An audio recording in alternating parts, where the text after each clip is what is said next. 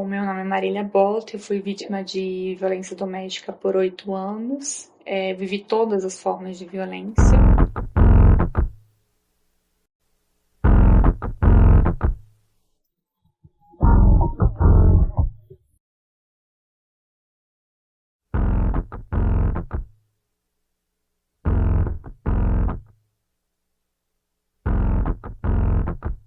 Cadê meu celular? Eu vou ligar pro 80. Vou entregar teu nome e explicar meu endereço. Aqui você não entra mais, eu digo que não te conheço. E jogo água fervendo se você se aventurar. Violência física, violência sexual, violência patrimonial e violência psicológica.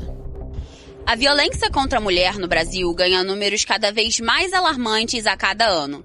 Em 2024, o Conselho Nacional de Justiça apontou que o país tem, em média, 2.500 casos por dia, fazendo com que o Brasil ocupe o 5º lugar no ranking mundial de violência contra a mulher. Por questões de privacidade, o nome da vítima foi substituído por um fictício. Flávia é mãe de 2 filhos e vendedora. Sofreu com a violência doméstica durante 10 anos por parte de seu ex-marido. Ela conta que todas as vezes que o marido bebia, as agressões aconteciam. A gente em casa, nesse dia foi até um dia das mães. Tava todo mundo em casa, minha mãe, minha tia, as irmãs dele, a gente preparando o almoço. Ele do nada, a gente tava conversando, não sei se foi uma palavra ou alguma coisa, ele veio e me deu um soco no olho, um soco no rosto. E pegou uma arma que ele tinha para poder ameaçar a minha família, falar em casa. Os gatilhos eram as drogas, né? Já para Marília, que na época das agressões era estagiária de direito, as violências não eram somente físicas. Bom, meu nome é Marília Bolt, eu fui vítima de violência doméstica por 8 anos. Vivi todas as formas de violência. Comecei sofrendo muitas violências psicológicas, né? Eu ouvia vários xingamentos e muitas humilhações, e na frente de várias pessoas, inclusive. Você não sabe fazer nada direito, você não presta, você não tem jeito com criança.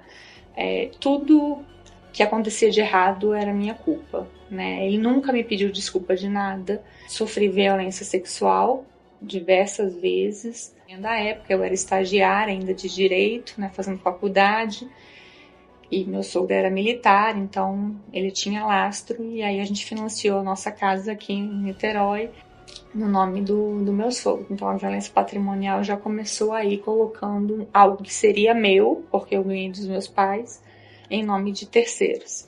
Ele foi me afastando da minha família, me isolando, não apenas territorialmente, mas criando brigas com a minha família para que eu realmente me afastasse e ficasse vulnerável ao que ele dizia. A Lei Maria da Penha foi aprovada em 2006 e é uma das políticas públicas de proteção à mulher que existem no Brasil. Essa lei foi a primeira do país a definir a violência doméstica contra a mulher como crime e apontar algumas formas de assistência e proteção às vítimas de agressão. Mas será que você sabe identificar os tipos de violência? A agressão física é aquela que causa qualquer dano ou risco à saúde física, como espancamentos, atirar objetos, lesões, torturas, entre outros. A psicológica é caracterizada por condutas que comprometem a saúde mental da vítima, como chantagem, ameaças, perseguição, insultos e ofensas. A violência sexual é a mais conhecida devido à quantidade preocupante de casos que acontecem em todo o mundo, como o estupro. É definida por ações que indiquem a prática de atos sexuais sem o consentimento. Já a patrimonial é frequente, mas pouco conhecida.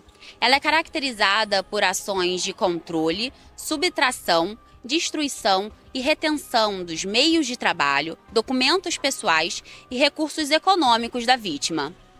E tem a violência moral, que é aquela que a vítima sofre com injúrias, difamações ou calúnias.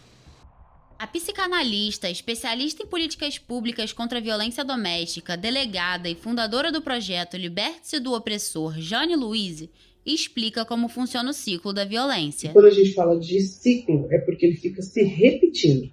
Primeira fase do ciclo, atrito. Todo relacionamento tem atrito, ok? Depois do atrito, segunda fase, um abuso, uma violência desses 5 tipos que eu já expliquei. Se acontece, já está no ciclo. Depois do abuso vem a fase de lua de mel, que é a fase onde a maioria das mulheres ficam fixadas, porque somos mais emocionais. A gente acredita na mudança, porque há o choro, há o pedido de mudança, há a ida na igreja, no psicólogo, há o melhor sexo, há os presentes, as trocas, as promessas, e aí ela fica fixada ali acreditando que ele vai mudar. De acordo com o Atlas da Violência de 2024, realizado pelo Instituto de Pesquisa Econômica Aplicada, 81% dos casos de violência ocorrem em ambiente familiar. Ainda sobre a autoria da violência, em todos os casos, os homens são os principais agressores. A justificativa para uma mulher ficar no ciclo são os filhos. Ela não diz o que vai ser, né, dos filhos sem o pai. Pelo menos ele traz comida, pelo menos ele paga as contas. Ele é um bom pai e um péssimo marido. Isso não existe. Ele é ruim em tudo. Se ele não consegue amar a mãe dos filhos dele, cuidar da mãe dos filhos dele, ele não é um bom pai. Então eu trato mulheres e homens hoje adultos que se sentem culpados pela violência que os pais ou a mãe passou e estão no ciclo de violência porque inconscientemente atraíram esse tipo de pessoa. Nunca agrediu, só a mim, e nunca bateu nas crianças. Até brigava comigo quando batia. Ele sempre foi muito de chamar atenção e colocar de castigo. Agora, bater, ele nunca pegou um cinto, um chinelo para bater nele. Quando a gente está conhecendo alguém, a gente tem que ter muita sensibilidade, né? E perceber todos os sinais, né? Porque, sim, eu ignorei muitos. Eu achava que o amor que eu sentia daria para suportar. As violências eram parte de seu cotidiano. Todos os dias o medo invadia o seu pensamento e de seus filhos. O meu filho tinha, acho que 11 ou 12 anos, se eu não me engano. Ele me perguntou, mãe, até quando? Esse processo de superação foi muito difícil e não foi um processo linear, foi altos e baixos, assim. Eu tinha muitas cicatrizes, de muitas humilhações, de muitas violências, mas algumas coisas que me chocaram, assim. Quando eu fui no mercado a primeira vez, eu enchi o carrinho de compras, e aí eu olhei pro carrinho e falei, mas isso aqui eu não gosto de comer, quem gostava era ele. Fui tirando, não sobrou nada do carrinho. Aí fiquei pensando, o que eu gosto de comer? Não sei. Eu me anulei tanto durante o casamento que eu não sabia o que eu gostava de comer. A pesquisadora em Direitos Humanos e Gênero, Tatiane Mendes, reforça o impacto da violência contra a mulher e a importância da atuação de políticas públicas para o acolhimento das vítimas após a denúncia. A denúncia é muito importante, mas a estrutura do Estado ela precisa agir para além disso, garantindo que essas crianças não vão ficar com os pais, garantindo que esse homem, né, no caso que a gente está falando de uma mulher que sofre violência de um homem, mas dessa pessoa, né, agressora, que vai agir contra a mulher, que ela possa ser imediatamente separada dessa família. Que essa pessoa não tem instrumentos legais, por exemplo, para entrar com uma ação de alienação parental, que a gente hoje tem a discussão da sociedade sobre isso. Então, tem 1000 mecanismos que precisam funcionar junto com a denúncia para que a denúncia, de fato, gere um benefício para a mulher. A mulher não pode ser só a única que vai denunciar. Tem que ter toda uma estrutura ali para que ela consiga trabalhar, para que ela consiga se proteger, para que ela consiga denunciar, reaver seus bens no caso de ter violência patrimonial. Então, é toda uma questão que tem que funcionar e que não funciona, né? Não funciona. A gente sabe que não funciona. A pesquisadora também ressalta os recortes sociais que perpassam a violência contra a mulher, pois só em 2022 que a Lei Maria da Penha passou a ser aplicada também a casos de violência doméstica ou familiar contra mulheres trans. E segundo o estudo Visível e Invisível do Fórum Brasileiro de Segurança Pública, realizado no mesmo ano, as mulheres negras são as que mais sofrem com violências, correspondendo a 65,5% do total de 18 milhões de mulheres vítimas no país na época que a pesquisa foi realizada. A violência contra a mulher ela tem distinções muito efetivas. As mulheres indígenas, a população negra, LGBT, mulheres trans, sofrem violências ainda maiores, né? A expectativa de vida de uma pessoa trans no Brasil é de 36 anos. A gente é o país que mais mata pessoas trans. Então, Isso precisa estar dentro de uma política efetiva de enfrentamento à violência contra a mulher. Então, essas questões a gente precisa falar, né? Precisa falar e precisa agir. Agir na universidade, agir na sociedade, né? na sociedade em geral. Senão a gente nunca vai conseguir diminuir esse número. As ONGs, instituições e movimentos sociais são fundamentais em toda a frente de atuação contra a violência e no processo de acolhimento à mulher. Esse aqui é o CEAM, o Centro Especializado de Atendimento à Mulher em Situação de Violência Neuza Santos, localizado em Niterói. O espaço é vinculado à Coordenadoria de Políticas e Direito das Mulheres da Prefeitura de Niterói. Oferece atendimento psicológico, social e orientação jurídica, com o objetivo de ajudar a recuperar a autonomia da mulher e auxiliar a romper com o ciclo de violência. A coordenadora do CEAM, Adriana Lins, explicou como funciona o processo de acolhimento à vítima de violência e como os serviços oferecidos podem ajudar no processo de reestruturação. O CEAM funciona de portas abertas, né? É a porta de entrada numa rede de enfrentamento à violência, e a gente atende mulheres que chegam tanto por uma demanda espontânea, ouviu o serviço, pesquisou na internet, ou por um encaminhamento mesmo dentro dessa rede de atendimento, né? Seja especializada, seja rede não especializada, que a gente chama o CRAS, o CREAS, posto de saúde, né? Então, assim, tanto encaminhadas como não encaminhadas por uma instituição. Hoje eu não suporto uma pessoa que beba. Tipo, eu tenho vício, então eu também não suporto, então... eu gosto de noitada. Não é uma coisa que eu vou suportar. Para que eu vou dedicar meu tempo? Na verdade, eu nem vou dedicar, eu vou perder meu tempo com uma pessoa assim, né? Se ela já tá te dando sinais, e esses sinais não tá coerentes, né, do que você deseja hoje para sua vida, então, amiga, bora pro próximo.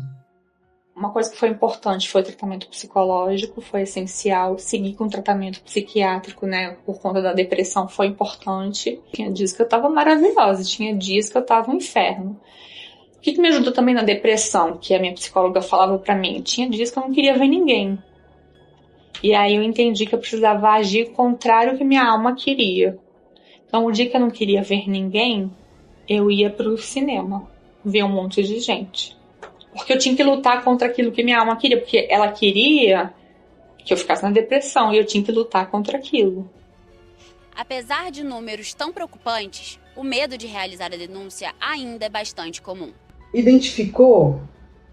Viu o que está vivendo? Se imponha. Se cuide, se abrace, não se culpe, se acolha e vai saindo aos poucos. Se não tem violência sexual e física, vai saindo aos poucos. Se tem violência física ou sexual, é polícia. E tem que existir o afastamento. Não tem que salvar o outro. Não é nossa função salvar a outro. O processo de denúncia é o início da cura e da libertação. A importância dela é o quê? É você declarar publicamente: eu estou vivendo isso. E é um ato muito difícil, mas muito necessário. Após superar 8 anos lidando com a violência doméstica, Marília Bold hoje é uma referência na luta contra a violência de gênero. Integrante do Conselho Nacional dos Direitos das Mulheres, líder da Comissão de Combate da Violência contra a Mulher da OAB Rio e presidente do Instituto de Superação da Violência Doméstica. Agora, como uma figura de autoridade no tema, ela reforça quais são os principais desafios enfrentados atualmente. A Lei Maria da Penha ela é muito relevante. Ela já nasceu como a terceira melhor lei do mundo no combate à violência contra as mulheres. Então, ela é uma lei muito relevante, muito importante. Sofreram algumas alterações nos últimos anos que aperfeiçoaram ainda mais, por exemplo, a questão do descumprimento na medida protetiva. Nosso problema hoje é a estrutura de políticas públicas. A gente precisa que a lei seja efetivada. Esse é o grande gargalo. E para isso a gente precisa de dinheiro. Não tem como gerar políticas públicas sem dinheiro. Marília também explica quais são as medidas necessárias para mulheres que enfrentam a violência doméstica. Se você está vivendo violência doméstica, este não é o seu lugar. Nós fomos criados para ter uma vida abundante. Procure ajuda, seja onde for. Busque auxílio. Você precisa sair deste lugar. Há vida depois da violência. Pode não ser fácil, vai ser difícil, mas vai ser muito mais fácil do que permanecer no abuso, porque o abuso te mata de dentro para fora. E o rompimento te dá a chance de um novo começo de vida para você e para os seus filhos. Algumas mulheres me dizem assim, eu não vou romper por causa dos meus filhos, mas os seus filhos estão aprendendo e reproduzindo o abuso. Então, por você e pelos seus filhos, saia desse abuso o quanto antes. Estamos aqui para te acolher. Acho que a mensagem que é mais importante é a gente perceber que a gente não está sozinha. A denúncia é o melhor meio de interromper o ciclo da violência. Nessa reportagem, nós apresentamos o CEAM, que fica localizado em Niterói, mas organizações, instituições e projetos que têm como objetivo ajudar a mulher em situação de violência estão espalhados por todos os estados do Brasil. A principal forma de denúncia é a Central de Atendimento à Mulher.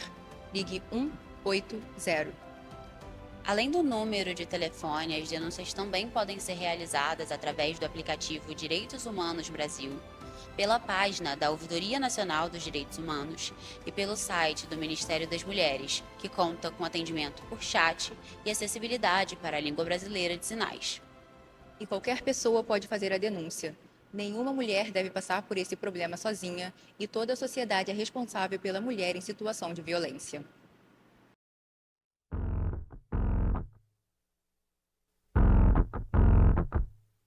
Cadê meu celular? Eu vou ligar pro 80. Vou entregar teu nome e explicar meu endereço. Aqui você não entra mais, eu digo que não te conheço. E jogo água fervendo se você se aventurar.